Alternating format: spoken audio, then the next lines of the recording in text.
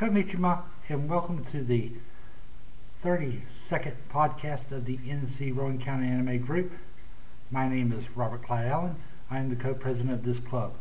Today I'm going to talk to you about another person's podcast. This gentleman is living in Japan, and he had just did a podcast about what was not real and what was real as far as animation, as far as Japan.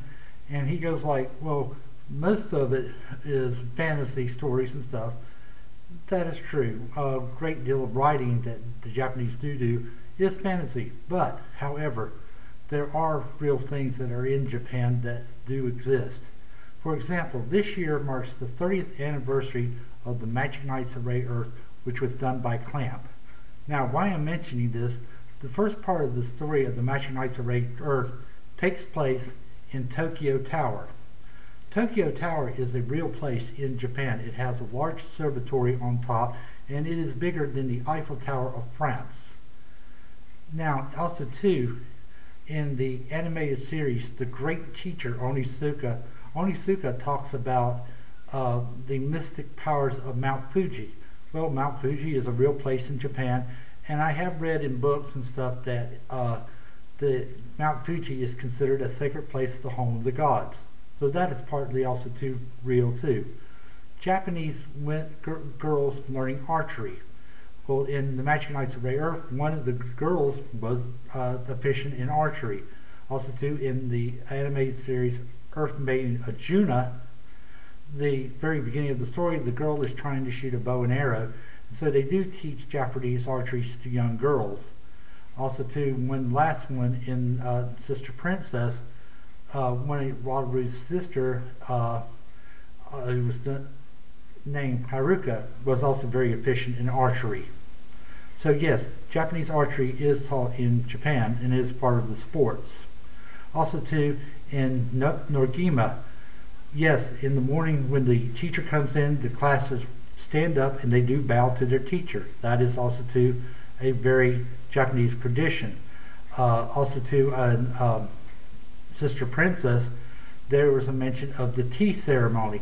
Also too, in Norgima, the tea ceremony has been mentioned. So Japanese tea ceremonies are also too a part of that culture as well, and have been mentioned in anime.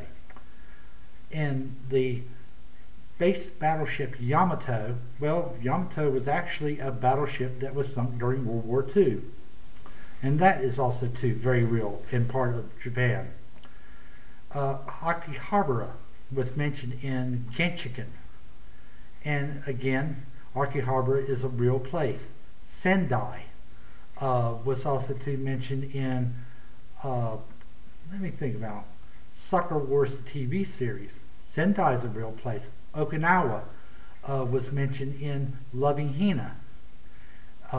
So what I'm making a point is that yes, animes do have sometimes references to real places and also to real events in history. In Inuyasha, they talk about the Warring States era. Believe it or not, the Warring States era does exist. It's a real place. Now, there is a nice little wonderful book that you can check out of the Rowan Public Library, or else you can go buy it, and it's called The Anime Companion 2.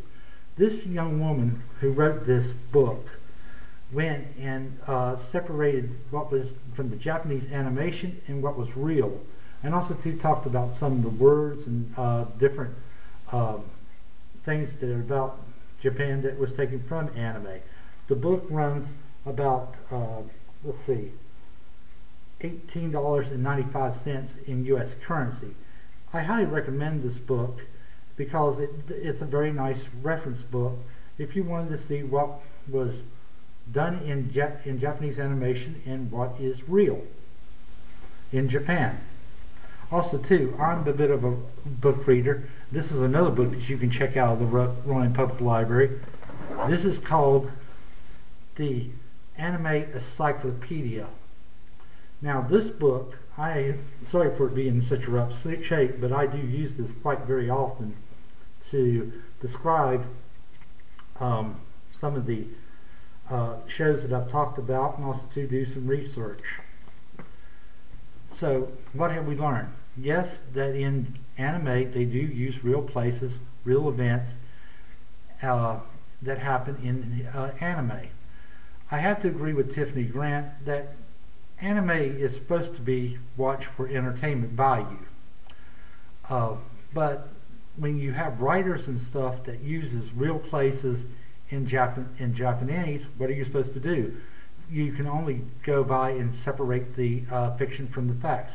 Another fact that I need to point out is that the Japanese are very fascinated with baseball. There is an anime series called Princess Nine, which deals with a female baseball team. There's also an anime series called The Big Wind-Up. In Maison Ikoku, there was a baseball team called Tachamaru in one episode, and in Beck the Mongolian Chop Squad, there was even a baseball story where there was a baseball game going on.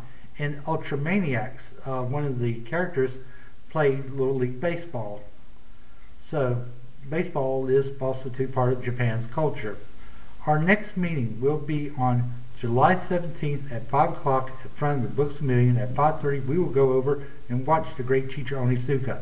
Also too, in July we will be having a display set up at the Rowan Public Library and a tribute to the late Carl Masick, who sadly now passed away. This is Robert Cloud, and I wish you a very nice day. Goodbye.